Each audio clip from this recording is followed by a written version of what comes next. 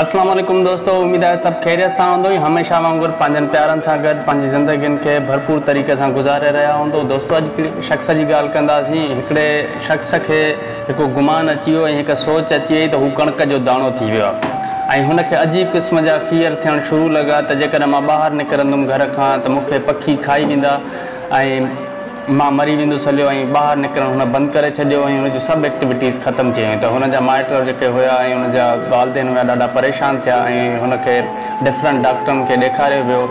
त डॉक्टरनि हुनजी काउंसलिंग कंदे हुनखे इलाही सम्झायो ऐं हुननि खे डेली बेसिस ते जेको आहे सो हुनखे ट्रीटमेंट ॾिनी वई ऐं हुनजी काउंसलिंग कई वई ऐं हुन रोज़मर्रा जी काउंसलिंग सां ऐं हू ठीकु थियणु शुरू थियो ऐं हू नॉर्मलाइज़ थियणु शुरू थियो।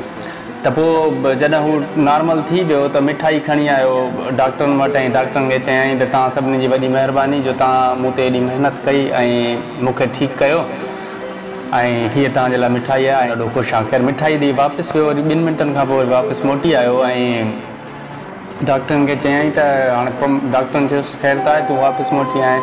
त डॉक्टरनि खे चयाईं त ॿियो त सभु ठीकु आहे, मां हीअं हिकिड़ो ॿाहिरि निकितुसि त मूंखे कुझु पखी नज़र आया आहिनि। तव्हां मूंखे त ॿुधाए छॾियो आहे त मां कणिक जो दाणो न आहियां, पर हाणे महिरबानी कयो हुननि पखियुनि खे ॿाहिरि ॿुधायो त मां वाक़ई कणिक जो दाणो न आहियां। त हुननि जी बि काउंसलिंग कयो त हुननि खे त ख़बर पए त जेको आहे मां कणिक जो दाणो न आहियां। ईअं न आहे मां ॿाहिरि वञा त मूंखे खाई वञनि।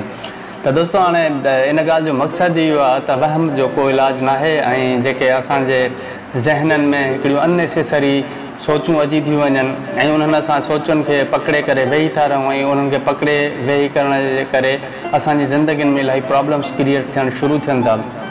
छो जो सोच बेसिकली का फिज़िकली शइ न आहे जो तव्हांखे अची मारे वेंदी ऐं असांजे ज़हननि में डेली बेसिस ते अहिड़ियूं ख़तरनाक सोचूं ईंदियूं आहिनि ऐं जेके असांजे डेली रूटीन खे बि ख़राबु कंदियूं आहिनि, असांजे लम्हनि खे बि ख़राबु कंदियूं आहिनि। असां जिथे वेठि मौजूदु न आहियूं उते मौजूदु बि न हूंदा उन्हनि अजायनि सोचुनि जे करे।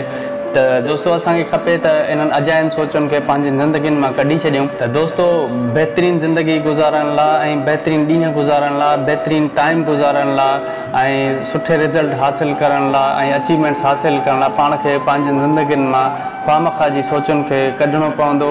ऐं मोस्ट ऑफ द टाइम असां ख़ुदि ई हिकिड़ियूं अहिड़ियूं सोचूं क्रिएट करे छॾींदा आहियूं त माण्हू छा सोचींदा, हू छा सोचींदा, जॾहिं त उन्हनि माण्हुनि जो उन्हनि सोचुनि सां को तालुक़ु तव्हांजे उन्हनि कमनि सां को तालुक़ु न हूंदो आहे ऐं नई माण्हू ईअं सोचे रहिया हूंदा आहिनि। इहा बेसिकली असांजी ई क्रिएशन हूंदी आहे ऐं इहा बेसिकली असां ई हिकिड़ो ड्रामो क्रिएट करे वेही रहंदा आहियूं पंहिंजनि ज़हननि में, जंहिंजे करे अजीबो ग़रीब असांजे ज़हननि में हिकिड़ा ड्रामा ऐं फिल्मूं ठही वेंदियूं आहिनि ऐं पोइ असांजा प्रॉब्लम्स शुरू थी वेंदा आहिनि ऐं असांजो हर वक़्तु ज़हन ईअं ई कमु कंदो रहंदो आहे जेको असां सोचींदा आहियूं। त दोस्तों, बहितर इहो आहे त इन्हनि ख़्वामख़्वाह जी सोचुनि खे वठी करे असां पंहिंजा लम्हा ख़राबु कयूं, असां पंहिंजी ज़िंदगियूं ख़राबु कयूं, असां पंहिंजो फ्यूचर ख़राबु कयूं। त बहितर इहो आहे इन्हनि सोचुनि खे दरगुज़र कयो ऐं बहितरीनु ज़िंदगी गुज़ारण लाइ इहे अजाया वहम छॾे ॾियो ऐं पंहिंजी ज़िंदगियुनि खे भरपूर तरीक़े सां गुज़ारियो। त दोस्तों, उमेदु आहे मामलातनि खे ऐं लाइफ खे सही करण में इहे नंढी नंढी शयुनि खे पंहिंजे ज़िंदगियुनि में शामिलु कंदासीं ताकी मामलात ठीकु थी सघनि। पंहिंजो खोड़ सारो ख़्यालु रखिजो ऐं पंहिंजनि प्यारनि सां ऐं पंहिंजनि मोहबत करण वारनि सां गॾु रहो ऐं पंहिंजनि सिहतुनि जो बि ख़्यालु कयो। तेसिताईं मूंखे ॾींदा इजाज़त। वरी मिलंदासीं कंहिं ॿिए टॉपिक सां कंहिं ॿिए जॻह ते। तेसिताईं पंहिंजो खोड़ सारो ख़्यालु कजो। अल्लाह।